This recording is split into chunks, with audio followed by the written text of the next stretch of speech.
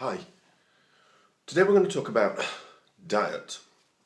Now diet, as you know, is far, far, far and above the single most, I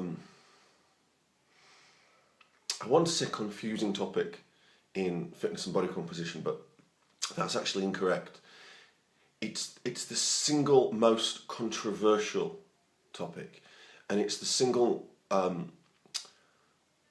topic that causes people to question themselves the most, and that's really what I want to get out.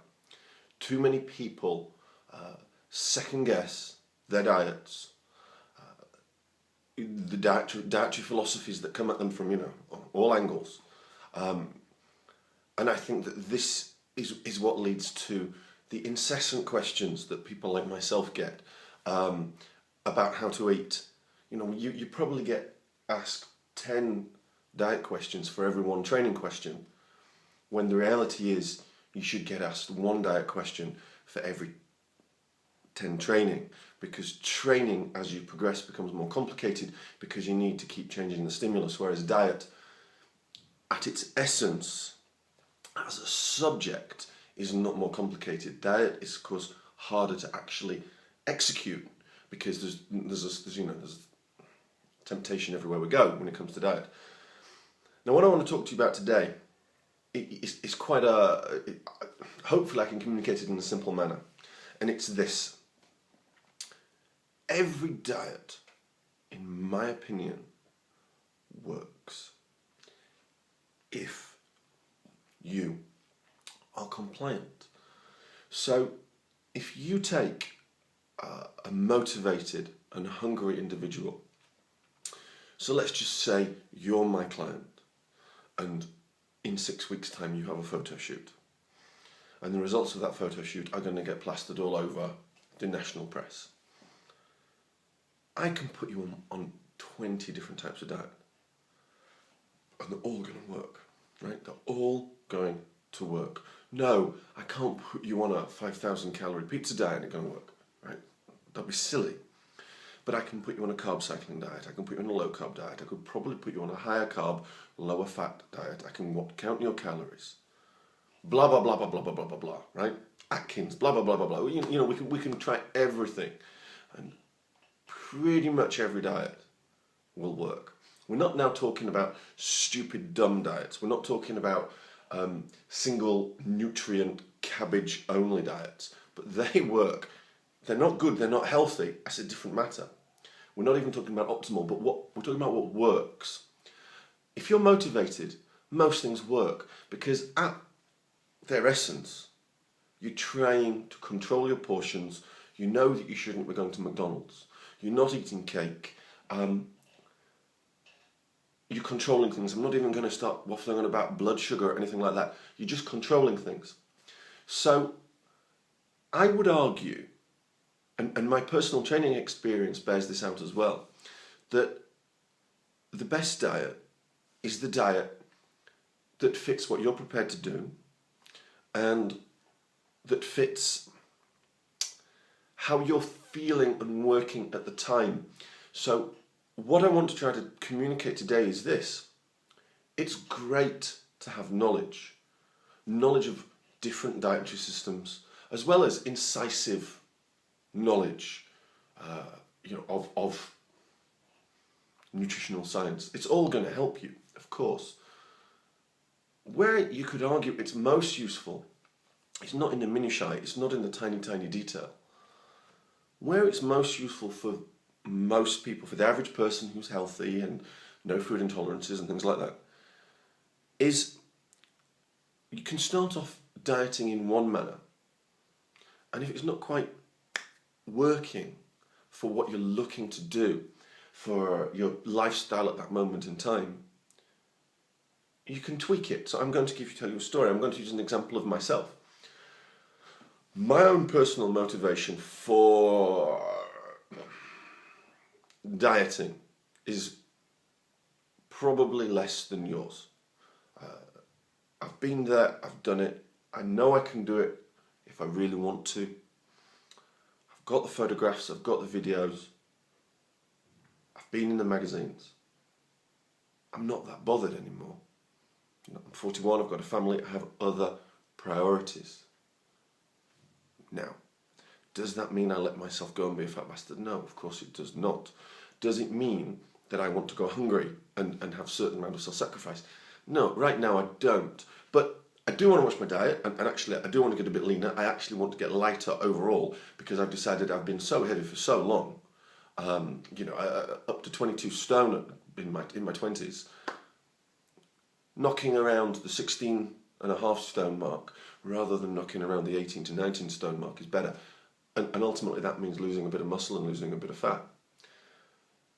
Now, that means I need to control my food, but I need something easy. I can't be bothered with managing my food too carefully. At this moment in time, we're opening a new gym in Marbella, we're opening more in Asia. Watch this space, we might be opening more in London. Got a lot on my plate at the moment, so I need it really, really, really easy. So one of the ways I was doing it, I was saying to myself, okay, on training days I can have one carb meal.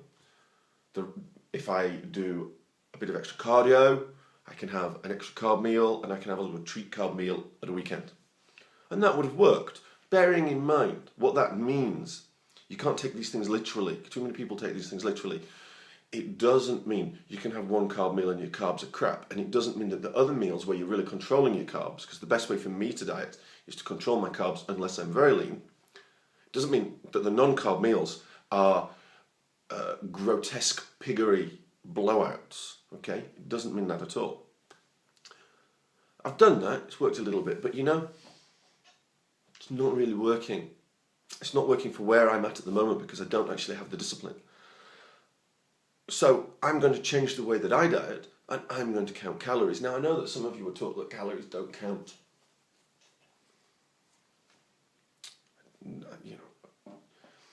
All calories are not equal.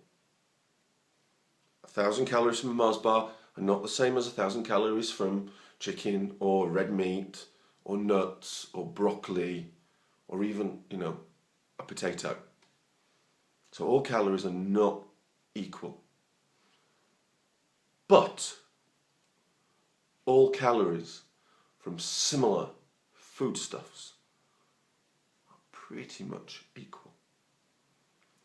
So if you're consistently eating the same foods, clean foods, healthy foods, don't get me started, by the way, on some people who are now trying to polarize the concept of clean eating and making that out to be a bad thing. Again, story for another day.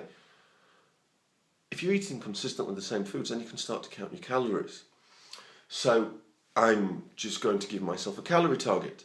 Now, would a calorie target work for Mrs. Jones? Well, yes, sometimes, because Weight Watchers worked for some people, but it didn't work for others. And Weight Watchers was the calories, the points, it's the same. It's the same thing. No, it's not what you do because people misinterpret information. But calorie counting can work.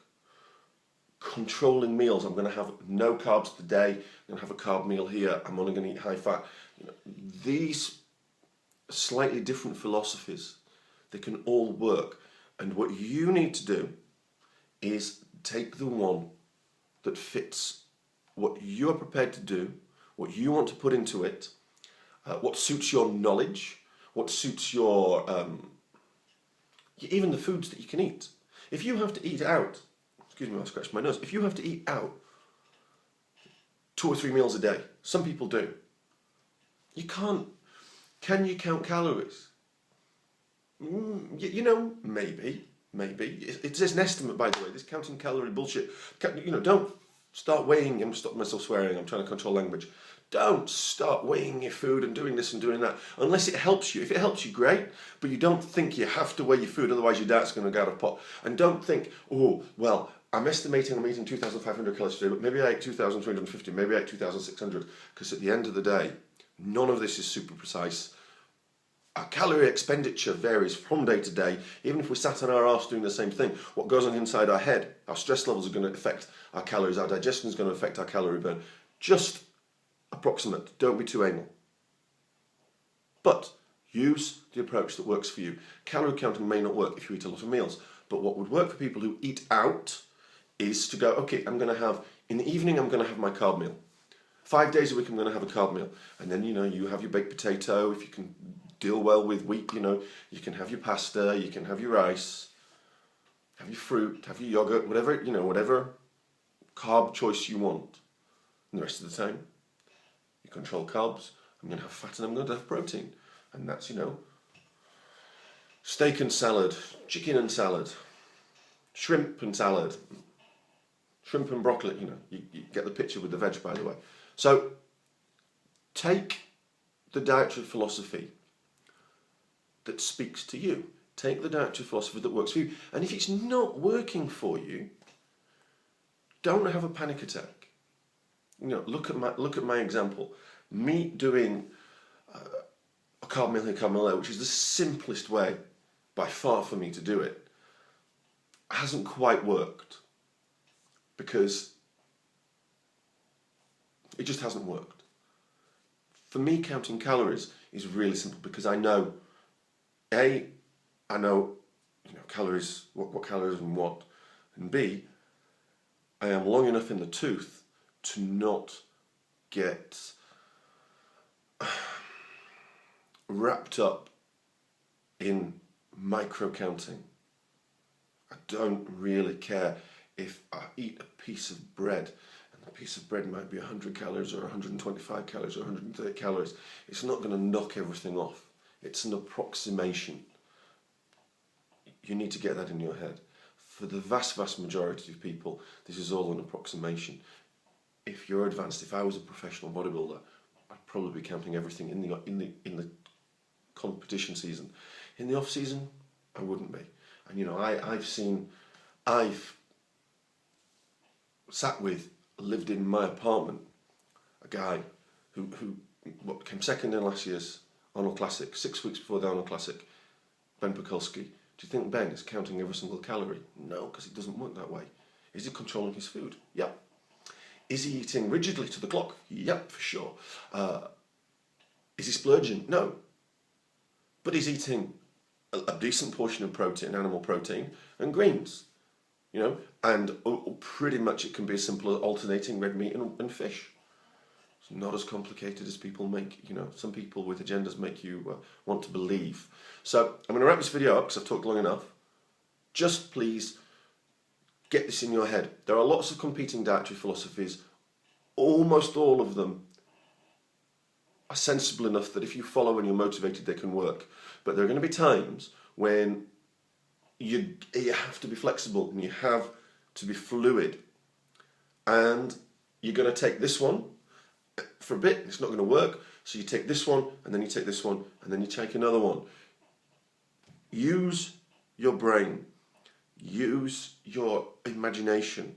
Think through what might work for you. Give it a go. It's not as hard as you think. As usual, please, if you like these videos, subscribe on this YouTube page. And any questions below, please ask away, because I always endeavour to try to answer these questions on the YouTube page. We really want to grow the page. I enjoy giving these videos, and I think it's a useful way for me to communicate, given that I'm so short of time. Thank you.